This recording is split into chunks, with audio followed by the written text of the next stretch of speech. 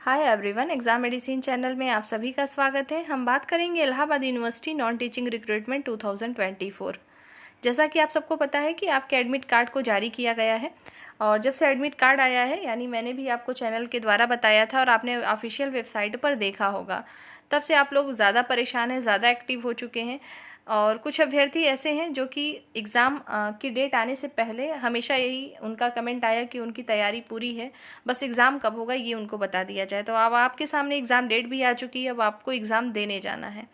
तो उस वीडियो में आप जो स्क्रीन पे देख पा रहे होंगे क्वेश्चन, ये सब आपके द्वारा ही पूछे गए हैं क्वेश्चन। हो सकता है आप सभी में से भी कुछ कैंडिडेट हो जिनके यही सवाल हो। इनके अलावा भी हम बात करेंगे इस वीडियो में कुछ बातों पर जो कि आपके लिए महत्वपूर्ण हो सकते हैं। यदि आप भी इस परीक्षा में शामिल हो रहे हैं तो आपके लिए बहुत ही इंपॉर्टेंट होगी ये वीडियो।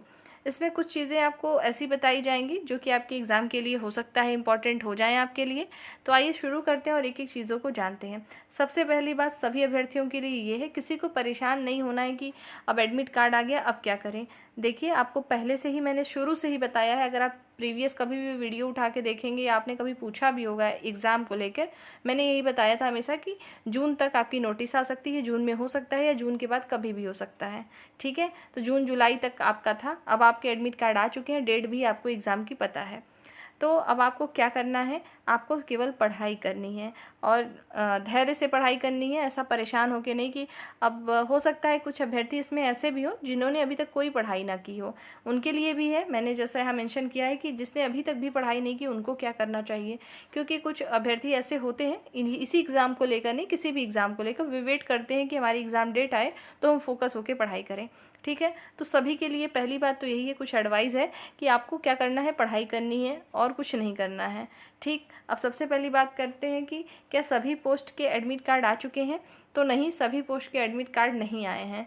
तो आप लोग परेशान ना हो जिनके डाउनलोड नहीं हो रहे हैं। जैसे एमटीएस के कुछ स्पेशल पोस्ट के लिए अप्लाई किया गया था, उसके एडमिट कार्ड डाउनलोड नहीं हो पा रहे हैं। आप सभी के जब भी एग्ज़ाम होंगे या जब उनको लेना होगा उस तरीके से आपके एडमिट कार्ड डाउनलोड होंगे। तो जिनके एडमिट कार्ड डाउनलोड नहीं हो रहे हैं वो परेशान ना हो। डेटा एंट्री ऑपरेटर का भी अभी डाउनलोड नहीं हो पा रहा है क्योंकि उनके भी अभी जारी नहीं किए गए हैं। तो कुछ पद के लिए जैसे आपका एमटीएस, जूनियर ऑफिस असिस्टेंट, इन सभी के जो है एडमिट कार्ड जारी कर दिए गए हैं। तो आप सभी के डाउनलोड होंगे। कुछ ऐसे अभ्यर्थी जिनके जूनियर ऑफिस असिस्टेंट में अप्लाई किए हैं और उनके डाउनलोड ना हो रहे हैं तो वो परेशान हो सकते हैं। लेकिन अगर आपका इस पद के अलावा जैसे कुछ ऐसे पद हैं, अगर आप अप्लाई किए थे और आपने डाउनलोड करना शुरू किया, नहीं हो रहा है तो परेशान ना हो। ठीक है, आपके भी एडमिट कार्ड डाउनलोड हो जाएंगे, अभी समय है। दूसरी बात इसमें यह है कि काफ़ी गलतियां हैं एडमिट कार्ड को लेकर।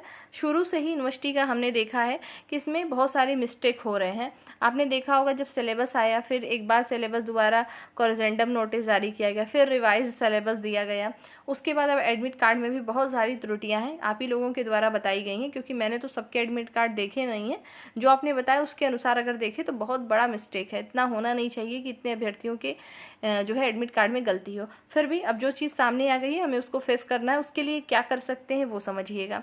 सबसे पहले बात करें कि एडमिट कार्ड में गलती है। गलती भी किस तरीके की है, किसी के जैसे नाम में आपके नाम सही है तो आपके फादर की नेम की स्पेलिंग मिस्टेक है या गलत होगा, या हो सकता है जो नाम लिखा है वो हो ही ना, लेकिन आपने जब फॉर्म भरा था तो आपने सही भरा था, इस तरीके की मिस्टेक होगी। हो सकता है डेट ऑफ बर्थ में प्रॉब्लम है। कुछ कैंडिडेट ये भी बता रहे हैं कि उनकी फ़ोटो नहीं है, सिग्नेचर नहीं है। ऐसी स्थिति अगर है आप सबके पास तो सबसे पहले आपको क्या करना है, जो आपका एडमिट कार्ड डाउनलोड हुआ है उसको आप रखे रहिए।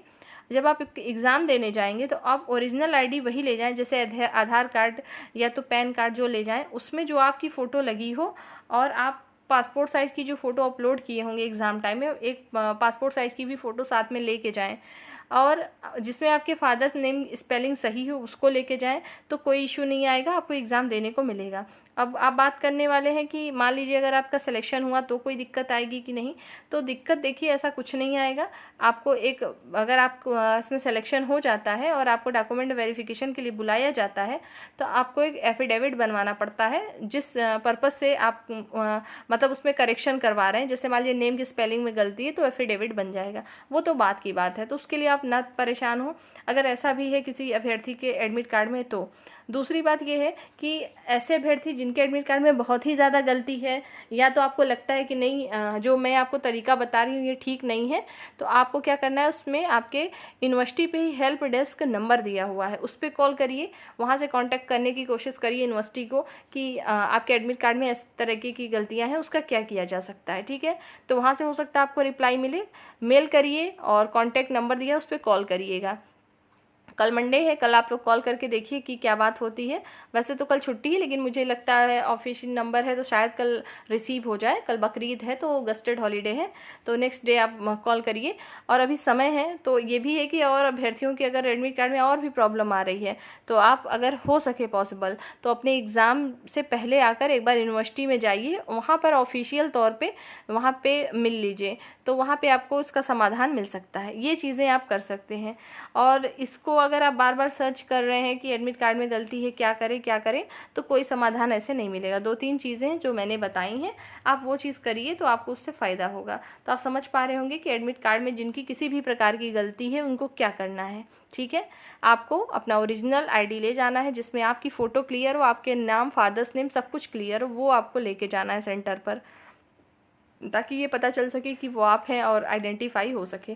बाकी अगर ज़्यादा मिस्टेक है तो आप यूनिवर्सिटी के हेल्प डेस्क नंबर पे, हेल्प डेस्क नंबर कहाँ से मिलेगा ये देखिए, मैं स्क्रीन पे अभी आपको दिखा रही हूँ। ये आपने जब जब आपने नोटिफिकेशन डाउनलोड किया होगा तो वहाँ पर रहा होगा, अभी भी वहाँ मेंशन है, दिखा रही हूँ। जिनको चाहिए स्क्रीनशॉट लेके रख लेंगे। आप स्क्रीन पर देख पा रहे होंगे, ये है आपके हेल्प डेस्क नंबर और ये है आपकी ईमेल आईडी, यहाँ पे लिखा हुआ है। जिनको भी स्क्रीनशॉट लेना है इसको स्क्रीनशॉट ले लें। ये ऑफिशियल है, इलाहाबाद यूनिवर्सिटी का है।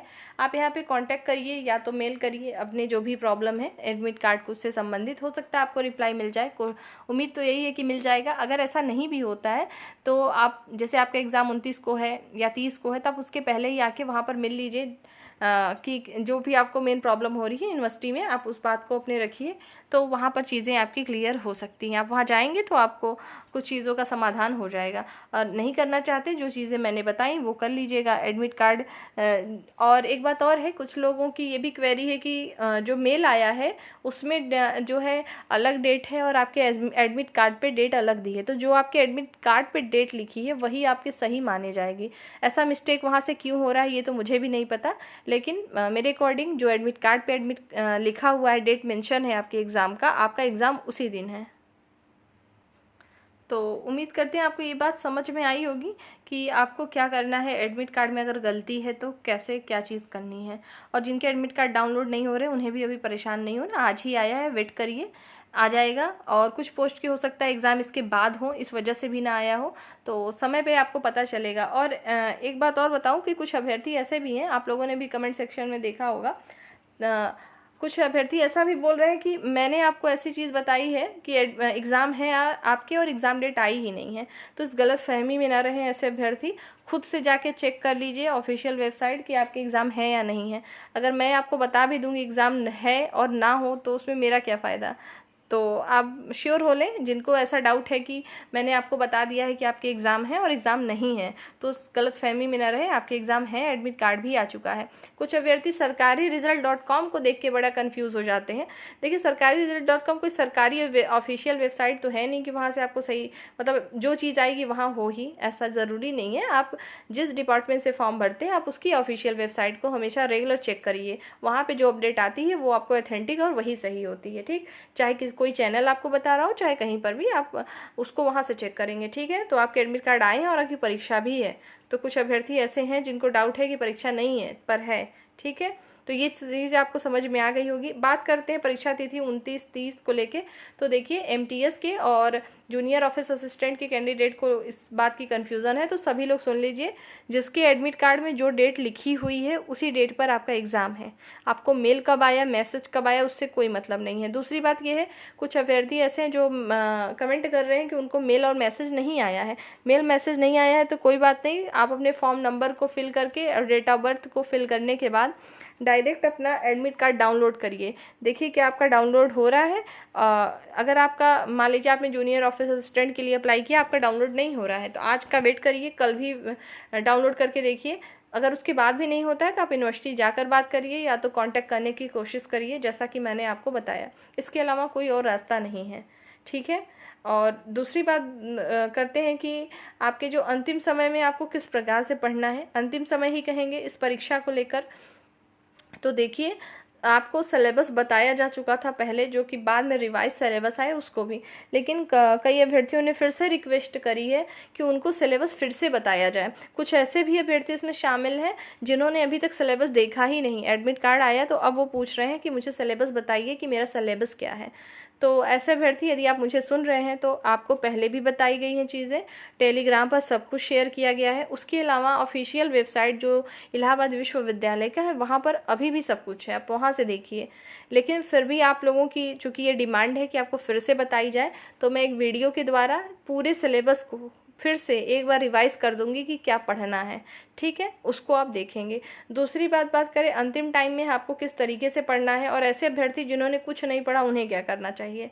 सबसे पहले आप सिलेबस को अपने देख लीजिए कि आप किस में हैं, मतलब जूनियर ऑफिस असिस्टेंट में, एमटीएस में है या अदर पोस्ट है आपका, तो उसको देखिए, उसको सिलेबस को देखिए। और कुछ चीज़ें कॉमन हैं, जैसा कि आपको पता है 15 हिंदी आनी है, 15 इंग्लिश आनी है और आपके लगभग 40 क्वेश्चन जीके जीएस के आने हैं। इस तरीके से सबका कॉमन है इतना, तो सबको सेम पढ़ना है। जीके के लिए सबको बता रही हूँ, सबको सबसे ज़्यादा फोकस जीके जीएस पे कर लेना है।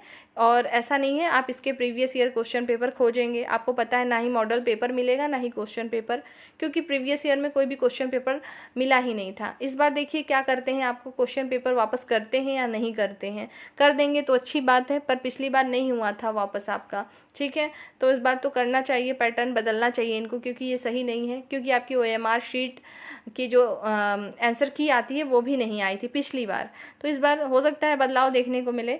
तो आप लोग परेशान ना हो, और जीके जीएस को जहाँ से भी आप पढ़ते हो, कुछ भी पढ़ रहे हो, जैसे आपके पास लूसेंट हो, घटना चक्र की किताबें हो, ज़रूरी नहीं यूनिवर्सिटी की ही हो, लेकिन अदर एग्ज़ाम के लिए अगर आप तैयारी करते हैं तो आप वहाँ से भी पढ़ते रहिए, आपके लिए सफिशिएंट होगा जीके। लेकिन आपको जितनी भी चीज़ें चैनल पर बताई गई हैं सबकी प्लेलिस्ट भी बनी है, और विदाउट प्लेलिस्ट में भी सबसे ज़्यादा है कि आपका इलाहाबाद यूनिवर्सिटी 2024 वो अलग से बनाई गई है प्लेलिस्ट, उसमें आपको हर तरीके की वीडियो मिलेगी। तो जिनको ज़रूरत है वो वहाँ से पढ़ लें। और जितने भी वीडियो मैंने आपको दिए होंगे सबके जो है पीडीएफ भी दिए हैं, आपको टेलीग्राम पर सर्च करना है, फाइल पे क्लिक करिएगा, जैसे ही फाइल पे आप जाएंगे जितने भी तरीके के पीडीएफ होंगे सब एक साथ व्यू हो जाते हैं, वहाँ से जाके आप सर्च कर लीजिए आपको किस चीज़ की ज़रूरत है। एक बात और है कि जो लास्ट टाइम में भी आप पढ़ते हैं तो ज़्यादा फोकस होता है, ज़्यादा कंसंट्रेशन होता है, तो आप चाहेंगे तो अभी भी अच्छे से पढ़ सकते हैं। अभी हैं आपके पास 10 दिन लगभग, तो कोशिश करिए अच्छा करने की। ऐसा तो है नहीं कि आप पहली बार कोई एग्ज़ाम दे रहे हैं, आप लोग कहीं ना कहीं पेपर देते रहते हैं और आने वाले टाइम में भी अच्छा करेंगे। ऐसा तो है नहीं कि इलाहाबाद यूनिवर्सिटी आखिरी आपका एम है, इससे ज़्यादा और कहीं नहीं जाना है ना। तो आराम से, परीक्षा ही है, बहुत बड़ी चीज़ नहीं है, सबके सामने आती है, आपके सामने है, तो आराम से पढ़िए। हाँ, ये ज़रूर कहेंगे कि इनके एडमिट कार्ड को लेकर, पैटर्न को लेकर इशू है, पिछली बार भी था, इस बार भी है, इसको सुधार करें तो बेहतर है, पर हम आप कर भी नहीं सकते कुछ। जो चीज़ें हैं मैंने आपको बता दी हैं। एक सूचना और कि कुछ चीज़ें हैं जो कि मैं डायरेक्ट टेलीग्राम पर ही आपको बता दूंगी, क्योंकि क्या होता है कि यूट्यूब पे जब आपकी वीडियो अपलोड की जाती है ज़रूरी नहीं है आपको नोटिफिकेशन हर बार मिले, तो सभी अभ्यर्थियों तक वो चीज़ पहुंच ही नहीं पाती है। समझ पा रहे होंगे आप, क्योंकि जब आप दिन में 2-4 वीडियो अपलोड करते हैं तो सबके नोटिफिकेशन हर एक बार नहीं जाते हैं, ठीक। और अभी एग्ज़ाम तक में जितनी चीज़ें पॉसिबल हो पाएंगी वो चीज़ें मैं आपको देने की अभी कोशिश करूँगी। आप लोग इंग्लिश के जो है सिनोनिम्स, एंटोनिम्स और वर्ड मीनिंग के लिए बोल रहे थे, उसको मैं कोशिश करूँगी कि आज ही आपको दे दूँ जो इम्पोर्टेंट चीज़ें हों, ठीक है। तो आप पढ़ते रहिए बराबर और वीडियो को चेक करते रहिएगा। मैं कोशिश करूँगी कि आपको 2-4 वीडियो रेगुलर दें ताकि आपके एग्ज़ाम तक में और भी आपकी हेल्प हो पाए। बाकी इसके अलावा आपकी कोई क्वेरी बचती है तो आप पूछिएगा, और जो चीज़ें मैंने बता दी हैं उसको क्लियर कर लीजिए। एडमिट कार्ड को लेके परेशान ना हो, एडमिट कार्ड में कोई गलती है तो भी नहीं परेशान होना है, छोटी मिस्टेक है, नाम में गलती है, फ़ोटो नहीं है, कुछ ऐसी बात है तो वो बाद में सही हो जाएगी। आप अपना आईडी प्रूफ ज़रूर लेके जाएं साथ में, ठीक है। और हो सके तो जो आपने फॉर्म प्रिंट किया था, प्रिंट आउट उसका रख लीजिएगा, अगर जिसके में ज़्यादा गलती लग रही है कि प्रिंट आउट में आपके सही था फॉर्म भरते समय और एडमिट कार्ड में बहुत मिस्टेक है, तो ठीक है। तो यही सारी चीज़ें आपको इसमें बतानी थी। वीडियो थोड़ी लंबी हुई है क्योंकि आप लोगों को समझानी थी चीज़ें, क्योंकि आप लोग लगातार कमेंट कर रहे हैं और काफ़ी परेशान थे इस वजह से। तो जितनी भी इसमें एडवाइस दी गई है, कुछ चीज़ें होंगी आपको माननी है तो मानिएगा, नहीं बाकी अपने अकॉर्डिंग काम करिएगा, ठीक है। तो यही सारी चीज़ें हैं। एमटीएस अभ्यर्थी जितने भी हैं सभी लोग जीके जीएस पे ज़्यादा फोकस करें, फिर से कह रही हूँ, क्योंकि पिछली बार भी ऐसा हुआ था। सिलेबस में लिखा था हिंदी है, इंग्लिश है, रिलेवेंट सब्जेक्ट है, पर आया बहुत कम था। टोटल उठा के जीके से क्वेश्चन आ गए थे। ऐसा नहीं आपको वो पढ़ना नहीं है, मैं ये कह रही हूँ कि जो सिलेबस है वो तो पढ़िए, लेकिन फोकस ज़्यादा उसी पे करना है, ठीक है। और इंग्लिश वाले सेक्शन पे भी जो प्रीवियस ईयर में आए क्वेश्चन है, हिंदी में भी जो टॉपिक रखे हैं, इलाहाबाद यूनिवर्सिटी में नहीं, अदर कोई भी एग्जाम में वो क्वेश्चन आते हैं उस टॉपिक से, तो उसको रिवाइज करने की कोशिश करिए आप सभी लोग, ठीक है। इस वीडियो में फ़िलहाल इतना ही। नेक्स्ट वीडियो में हम जल्द फिर मिलते हैं, तब तक अपना पढ़ाई करते रहिए। जय हिंद।